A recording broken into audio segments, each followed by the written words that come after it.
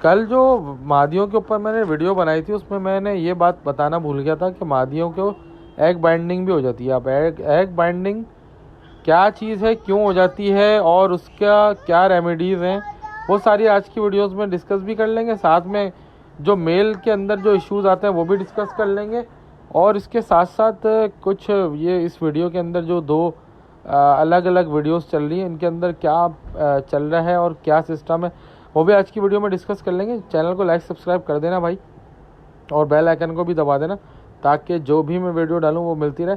अच्छा भाई देखो, मादी के अंदर जितने भी मसले आते हैं वो पिछली वीडियो में डिस्कस हो गए थे, लेकिन एक मसला रह गया था, वो ये था कि भाई एग बाइंडिंग क्यों हो जाती है। एग बाइंडिंग देखो, जब मादी पहला दूसरा तीसरा अंडा देती है, कभी कभी पहले अंडे में ही हो जाती है तो उसका अंडा फंस जाता है।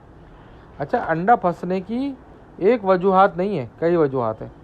ये अंडा फंसने की जो बेसिक वजूहात है वो ये है कि मादा के मसल्स के अंदर ऑयल की कमी होना। जी हाँ दोस्तों, आपने बिल्कुल सही समझा कि अगर हम अपने पैरेट्स को ब्रीड पर लगाने से पहले उनकी डाइट अच्छी ना रखें, जैसे आपने अक्सर लोगों को सुना होगा कि जब औरतें माँ बनने वाली होती हैं तो लोग उनको बोलते हैं कि भाई हेल्दी फूड खाओ। हेल्दी फूड क्या, प्रोटीन अपना अच्छा रखो, अपना कैल्शियम अच्छा रखो, अपना आयरन अच्छा रखो, ठीक है, और ऑयली चीज़ें भी देते ही हैं जैसे देसी घी वगैरह का इस्तेमाल। तो इसी तरह से जो बर्ड्स हैं और उनके अंदर भी जब वो ब्रीडिंग पे आने वाली होती है उससे पहले उनकी सारी न्यूट्रिशनल वैल्यूज़ पूरी होनी चाहिए, चाहे वो किसी भी मद में हो, चाहे वो अंडे के फंसने की वजह मसल का टाइट ना होना हो, यानी कि एक्सरसाइज ना होना हो। इसका मतलब है कि मादी ने फ्लाइंग केज में फ्लाई नहीं किया जब भी उसके मसल में वीकनेस है और जब भी अंडा फंसा। दूसरा, ऑयल की कमी, यानी कि लोगों ने सूरजमुखी नहीं खिलाया हुआ होता, या अच्छा ऑयल दाने में लगा के नहीं दे रहे होते, या फिर ऐसा सूखा दाना दे रहे होते हैं कि मादियों के अंदर बिल्कुल ही सूखापन हो जाता है और जब अंडा वो देने वाली होती है तो बिल्कुल भी उनके अंदर ऑयल नहीं होता। और भी न्यूट्रिशंस की कमी की वजह से भी ये मसला आ जाता है। अगर इस तरह का मसला आता है तो मादी किस तरह बिहेव करती है, मादी ज़मीन पे आके बैठ जाएगी और आपको ऐसा लगेगा मरने वाली है। जब आप चेक करोगे तो अंडा फंसा हुआ होगा, फिर उसको स्लाइटली आप प्यार मोहब्बत से अंडे को दबा दबा के हल्का हल्का हल्का हल्का ऑयल डाल के, और कभी कभी उसके मुंह में एक कतरा ऑयल का डाल के छोड़ देते हैं। अगर फिर भी अंडा बाहर नहीं आता तो फिर खुद ही आहिस्ता आहिस्ता हल्के हाथ से बिल्कुल अंडा बाहर निकलता है। अगर अंडा अंदर टूट गया तो मादी मर जाती है। इसी तरह अगर अंडा अंदर रह गया तो भी मादी मर जाती है। तो ये आपने दो काम करने जो मैंने आपको बता दिए। मादियों के जो बाकी मसले मसाइल थे वो फिर भी कल की वीडियो में ऑल डिस्कस करने की कोशिश की थी। आज मर्दों के मसाइल, यानी बर्डजीज के जो मेल होते हैं उनके मसाइल के बारे में डिस्कस कर लेते हैं। देखो, अगर तो आपने पट्ठा नर लिया है तो पट्ठा नर बड़ा होता है, उसको बड़े होते होते जो उसके अंदर रमक और चमक और जोबन आती है ना, वो तकरीबन 8 महीने के मेल में आती है। 8 महीने का मेल ज़रा ज़बरदस्त किस्म का हो जाता है, उड़ उड़ के ना उसकी एक चाल ढाल और उसका जो एग्रेशन होता है वो बड़ा टाइट हो जाता है। 8 महीने का जो बजरी का पट्ठा यानी कि नर होगा वो बहुत अच्छा परफॉर्मेंस देने के लिए तैयार हो जाता है। अच्छा, अब आ जाते हैं, अगर तो वो पट्ठे से तैयार हुआ तो उसके अंदर फर्टिलिटी का इशू नहीं आएगा क्योंकि वो बिल्कुल ताज़ा तैयार हुआ है। तो यूजुअली और फ्लाइंग केज में होते हैं तो इनके अंदर कोई फर्टिलिटी का इशू नहीं आता। हाँ, अब एक मसला है, वो ये है कि अगर पट्ठों को आप बहुत हैवी डाइट दो कि उनके अंदर चर्बी आ जाए तो फिर एक अलग मसला है, मेल अनफर्टिलिटी की तरफ जा सकता है। लेकिन ऐसा बहुत ही कम चांसेस होते हैं कि कोई नर पट्ठे से तैयार हो और वो इनफर्टाइल हो खाने की वजह से। फिर भी अगर बहुत ही कोई हैवी डाइट देता है तो चर्बी आने का चांस नर और मादा दोनों में हो सकता है। अच्छा, अब आ जाओ दूसरा मसला। दूसरा मसला ये होता है, अगर आपने बाहर से मार्केट से कहीं से नर लिया है तो और वो लंबा चौड़ा नर है, मोटा सा, तो वो अनफर्टाइल हो सकता है, इसके चांसेस ज़्यादा होते हैं।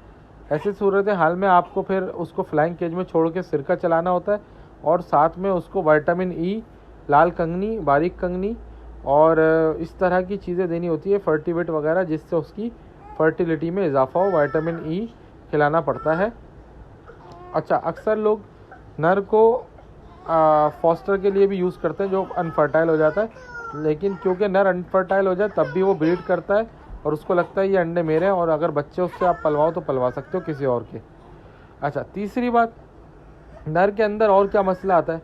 नर के अंदर एक मसला ये आ जाता है कि अगर वो उड़ना भूल जाए या उड़ने के पर उसके ख़राब हो जाए तो वो ब्रीड नहीं कर सकता, क्रॉस नहीं कर सकता मादा को, क्योंकि नर का मादा के ऊपर चढ़ के क्रॉस करने का जो तरीक़ाकार है उसमें परों की ज़रूरत पड़ती है और पर साइड से लटका करके ही नर क्रॉस करता है। तो अगर नर के पर ख़राब हो गए, उड़ना उसकी सलाहियत ख़त्म हो गई, तो वो ब्रीड नहीं कर सकता। ऐसे नरों के साथ क्या करते हैं वो मैं अगली वीडियो में बताऊंगा। और क्या मसला आता है नर का एक मसला और जो आता है वो ये आता है कि नर बच्चों क्रॉस करता है मादा के साथ, उसको ब्रीड पे लाता है, लेकिन उसके ब्रीड पे आने के बाद मादा के वो मुसलसल गर्म रहता है हीट में, और मादा को मुसलसल क्रॉस करता रहता है, उसको परेशान करता है, जिसकी वजह से मादा अंडे ख़राब कर देती है और दोबारा अंडे देती है। इस तरह के नर बहुत कम होते हैं, लेकिन अक्सर नर इस तरह नहीं करते, लेकिन इक्का दुक्का कोई एक नर इस तरह की हरकत भी कर देता है। तो इस तरह के नरों को फिर निकालना पड़ता है जब मादा अंडों पे आ जाए, और मादा 6-7 अंडे जब दे दे तो इस तरह के नरों को निकालना पड़ता है, मादियों से अलग करना पड़ता है।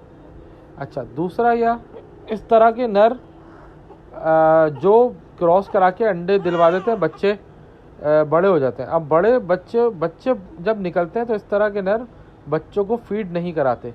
आपने सुना होगा यार ये नर ब्रीड तो बहुत अच्छी करता है लेकिन बच्चों को नहीं पालता, तो वो यही वाला मसला होता है कि बच्चों को ना पालने वाले नर होते हैं कुछ, वो निकल आते हैं। तो फिर ऐसी सूरत हाल में आपको बच्चों को या तो फॉस्टर करना पड़ता है या मादा अकेले पालती है, और क्योंकि नर फिर दूसरी ब्रीड पे आना के चक्कर में मादा को हीट पे लाते हैं, तो मादा फिर बच्चों को छोड़ देती है, तो वो बच्चे मर जाते हैं। तो ये कुछ मसले मसाइल आते हैं मर्दों के, यानी कि नरों के, जो अक्सर हमने बर्डजीज़ में फ़ेस किए हैं। और एक और मसला ये होता है कि जैसे बच्चे बाहर आए नहीं होते और मादा को नर क्रॉस करता है हीट में आने के बाद, तो इसका ये हल होता है कि भाई मटकी को नीचे उतार के हटा दें और बच्चों को नर के साथ मादा के साथ छोड़ दें, जब बच्चे बड़े हो जाएं फिर दोबारा मटकी लगा दें। तो ये कुछ ऐसे मसले मसाइल थे जो डिस्कस हुए। बाकी इस वीडियो में जो आप लोग देख रहे हैं, नर ब्रीड पे लगा हुआ है, बच्चों को पाल रहा है, इस बंदे ने यही किया है कि नर मादा को मटकी हटा दी है, सिर्फ ज़मीन पे एक बॉक्स रख दिया ताकि नर और मादा बच्चों को फीड कराते रहें। और नर जो है इस बंदे ने पाइड का लगाया हुआ है, स्पेंगल पाइड का। अब ये मादा के साथ क्या चाह रहा था रिज़ल्ट निकालना, या तो ये जो नर है ये स्प्लिट होगा क्लियर विंग का, जब ही इसने इस मादा से लगाया, और बच्चे भी रेम्बो आ चुके हैं। बाकी जो दूसरा जोड़ा है वो तो खैर प्योर रेम्बो का है, टर्किश क्वालिटी अरेबिक क्वालिटी में, और ये बहुत ज़बरदस्त ब्रीडर है एक उनका है। बाकी भाई अगर वीडियो पसंद आई तो चैनल को लाइक सब्सक्राइब कर दें, बेल आइकन को दबा दें। 034724333231 पर रब्ता कर लें जिनको रेम्बोस चाहिए। अल्लाह हाफ़िज़।